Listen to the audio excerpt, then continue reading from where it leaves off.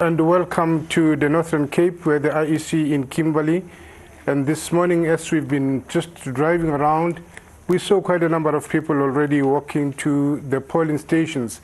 You have more than 600 eligible voters who will be casting their votes this morning.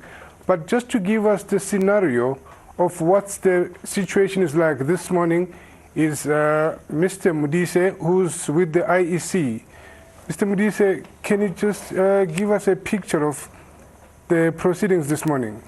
Well, this morning, our staff members would be going to the various stations to prepare for the opening of stations at 7.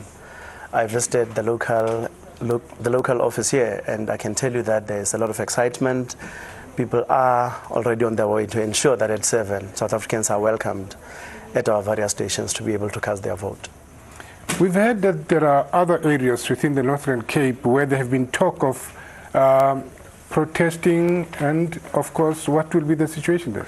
Well, we plan as though we have not received any reports of any protests.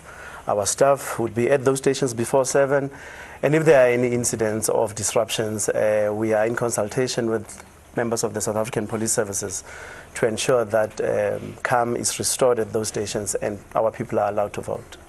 We had special votes the past 2 days, and there are those who couldn't afford to cast their votes. What then do they do? An opportunity still exists today that if you, for whatever reason, were unable to cast your vote either on Monday or yesterday, that you can visit your station and your name will be on the roll and you'd be allowed to vote. So how many polling stations do you have now? We have 694 polling stations in the province, and all of them would be ready to welcome voters.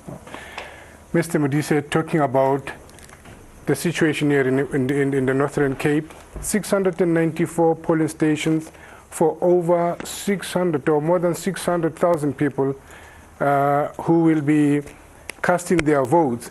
But for now, let us have one of our correspondents, our colleagues, Ulrich. Ulrich, what's the situation where you are?